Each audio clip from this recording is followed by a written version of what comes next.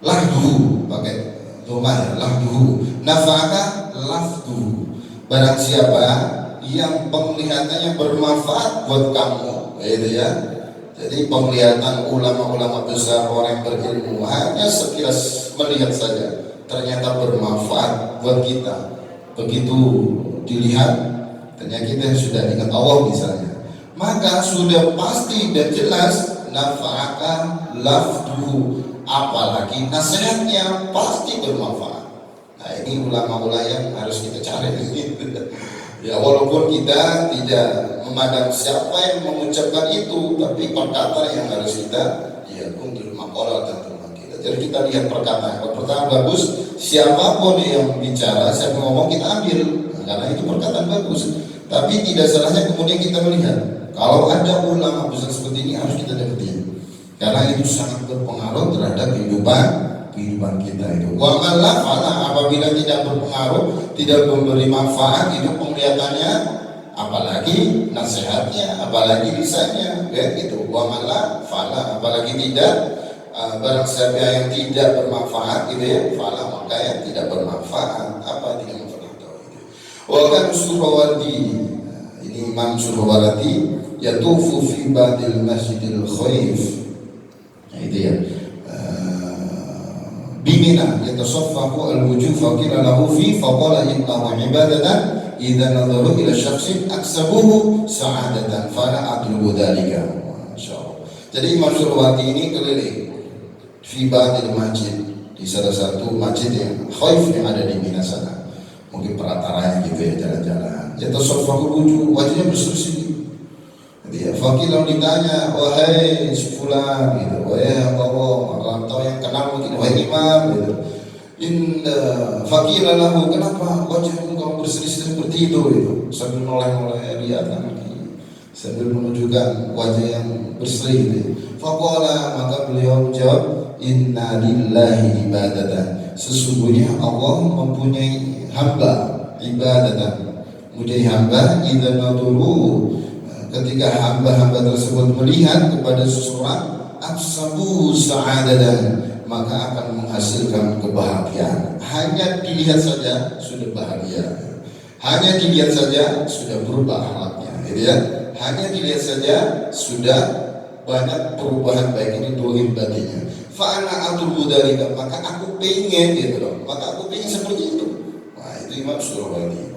Baik, qala Nabi sallallahu alaihi wasallam, sedikit lagi, sayati zamanun ala ummati yafiruna minnal ulama wal fuqaha fayatalihimu wahu bi thalathati baliyat. Ulaha yafa'inahu al-barakah min kasbihi wa thaniya sallitu wa ta'ala alaihim sultanan zaliman wa thalitha yakhrujuna minad dunya bi ghairi iman wal maqalah ats-tsalitha. Ini maqalah dua ya. Terus kemudian Nabi Muhammad sallallahu alaihi wasallam bersabda, akan datang zaman ya, zamannya mana umatku ini lari dari ulama dan fuqaha. Lari itu bisa bermakna bukan berarti lari kabur, tidak, tapi bisa jadi untuk apa, mengadakan satu hal yang kemudian bisa mencegah ulama untuk bisa berdakwah ya. Terus kemudian apalagi sampai kemudian membunuh, kan banyak kemarin-kemarin sampai menusuk ulama gitu ya. Syekh Jabir sampai ditusuk, dan ulama-ulama yang juga seperti itu.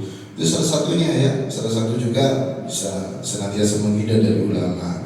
Nah, kalau sudah betul-betul kita lari dari ulama, maka Allah akan kasih tiga baliyat, cobaan gitu ya, bahkan musibah gitu kan. Ulaha yarfa'ila, yang pertama Allah angkat keberkahan dari pekerjaannya. Kalau kita senantiasa lari dari ulama atau jauhi ulama, senantiasa nggak mau dekat dengan ulama, siap-siap keberkahan pekerjaan kita akan diangkat oleh Allah. Ya, kalau sudah diangkat keberkahan dari pekerjaan kita, betul menghasilkan uang, tapi ternyata tidak berkah, malah banyak hutang misalnya. Oke, dapat keuntungan atau gaji dari pekerjaan, tapi ternyata malah membuat hati semakin gelisah, semakin menderita. Kok semakin banyak masalah, semakin banyak masuk, malah semakin besar pula yang keluar. Salah satu tanda nggak berkah itu ya. Terus kemudian musibah yang Allah berikan yang kedua, yusallitullahu ta'ala alaihim sultanan zaliman. Allah akan beri pemimpin yang zalim. Allah akan beri pemimpin yang zalim. Ya, ini satu hal yang wajar lah. Karena kita jauh dari ulama, terus kita tahu ilmunya untuk bisa memilih pemimpin yang baik, yang sesuai dengan kapasitasnya, ya. Bukan hanya karena uang, bukan karena ikut-ikutan, bukan hanya karena sokokan, karena sembako dan sebagainya. Itu kan semua ilmu itu didapatkan dari adanya interaksi kita, kedekatan kita dengan ulama yang tahu diarahkan seperti ini, seperti ini. Kalau kita nggak tahu, ya maka orientasinya yang penting saya dapat uang, yang penting saya dapat bonus gitu, yang penting saya dapat sembako, terserah masalahnya nyoblos tinggal. Dengan sedikitnya pemahaman kita gitu ya, tentang bagaimana kita memilih ulama yang baik, maka wajar Allah akan senantiasa siapkan pemimpin yang dolim. Maka nggak salah kalau yang nanti akan jadi pemimpin misalnya orang-orang yang dolim gitu. Tapi karena apa? Karena kita jauh dari ulama yang senantiasa tidak bisa, karena kita menjauhi dia, masuk nasihat-nasihatnya, ya kan, kemudian arah-arahannya, memilih pemimpin itu yang seperti apa, biar tidak sampai dikasih pemimpin yang dolim. Kemudian terakhir, ini yang paling berbahaya, yakhrujuna minad dunya bighairi iman, keluar dari dunia artinya mati gitu ya, meninggal dunia dengan tanpa iman. Kalau sudah tanpa iman, sudah jelas su'ul khotimah. Kalau sudah su'ul khotimah, ya, mati dengan tanpa membawa iman, sangat berat konsekuensinya nanti di hari pembalasan, hari pertimbangan, ya. Kalau sudah suruh khotimah kan sudah jelas. Nah, makanya sudah sangat-sangat memprihatinkan lah. Kalau kita jauh dari ulama, Allah akan angkat keberkahan dari pekerjaan kita, Allah akan kasih pemimpin kita yang dolim, Allah cabut atau Allah matikan kita dalam keadaan tidak beriman. Itu kalau kita jauh dari ulama. Maka dari itu, Bapak Ibu, jemaah semua yang rahmati oleh Allah, ayo kita lebih semangat lagi untuk mendekati para ulama-ulama itu ya.